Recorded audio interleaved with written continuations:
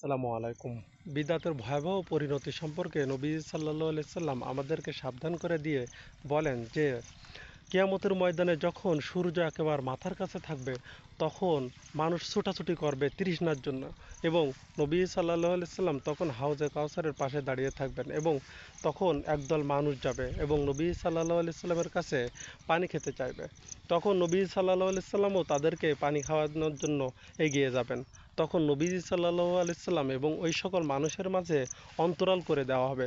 তখন নবীজি সাল্লাল্লাহু আলাইহি সাল্লাম বলবেন যে ওদেরকে আমার কাছে আসতে দাও, কারণ ওরা তো আমার উম্মত। কারণ নবী সাল্লাল্লাহু আলাইহি সাল্লাম তার উম্মতের যেখানে যেখানে উজু করছিল সেখানে যে উজুর চিহ্ন থাকবে এই চিহ্ন দ্বারা বুঝবেন যে হ্যাঁ, এ তো আমার উম্মত। তখন তাকে বলা হবে যে এই ব্যক্তিরা আপনি মৃত্যুর পরে আপনার দিনের ভিতরে যে নতুন কিছু ঢুকিয়েছিল এটা তো আপনি জানেন না, তারা আপনার দিনকে পরিবর্তন করেছিল। তখন নবী সাল্লাল্লাহু আলাইহি সাল্লাম বলবেন যে দূর হ দূর হ, কারণ তোরা আমার দিনের ভিতরে আমি মারা যাওয়ার পরে নতুন কিছু আবিষ্কার করেছিস। এই জন্য আমাদেরকে এই বিদাত থেকে বেরিয়ে আসতে হবে। বিদাতের আরও একটি ক্ষতিকর দিক হলো আমরা যখন কোনো একটি বিদাত করি তখন আমাদের নবী সাল্লাল্লাহু আলাইহি সাল্লাম এবং তার সাহাবায়ে কেরাম যে আমল করেছিলেন সেই আমল উঠে যায়। যেমন আমরা যদি মিলাদ করি তাহলে এই যে নবী সাল্লাল্লাহু আলাইহি সাল্লাম বলে গিয়েছেন যে মৃত্যুর পরে তিনটা আমল আমাদের কবরে পৌঁছায়। তার ভিতরে প্রথম আমল হলো যদি কোনো ব্যক্তি সৎকায়ে জারিয়া করে যায়, যেমন মসজিদ করে যাওয়া, মাদ্রাসা করে যাওয়া, কোনো কিছু দান করে যাওয়া যেগুলো মানুষের উপকার হবে, যেমন নলকূপ ইত্যাদি।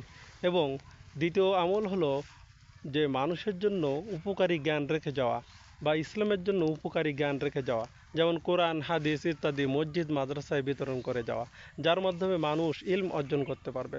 তৃতীয় আমল হলো ওই সকল আমল যেগুলো নিজের সন্তানদেরকে সুন্দর ইসলামিক শিক্ষা দিয়ে দেওয়া, তাহলে তারা আপনার জন্য দোয়া করবেন। কিন্তু আমরা একটি বিদাত চালু করার মাধ্যমে এই সকল আমল থেকে আমরা বঞ্চিত হচ্ছি এবং এই সকল আমল যে করতে হয় নবী সাল্লাল্লাহু আলাইহি সাল্লাম যে শিখিয়ে দিয়ে গেছেন সেইগুলো থেকে আমরা অজ্ঞ হয়ে গিয়েছি।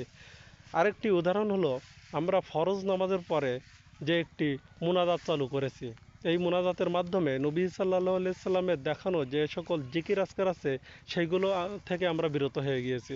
যেমন নবী সাল্লাল্লাহু আলাইহি সাল্লাম বলেছেন যে কোনো ব্যক্তি যদি ফরজ নামাজের পরে বলে যে আয়াতুল কুরসি পাঠ করে তাহলে সেই ব্যক্তি মৃত্যু ছাড়া সে জান্নাতে চলে গেছে, যদি সে মৃত্যুবরণ করে তাহলেই সে জান্নাতে চলে গেছে।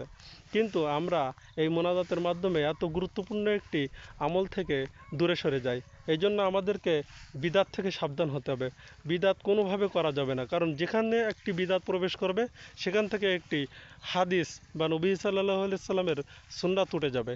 এদিকে আমাদের খেয়াল রাখতে হবে। আসসালামু আলাইকুম রহমতুল্লাহ।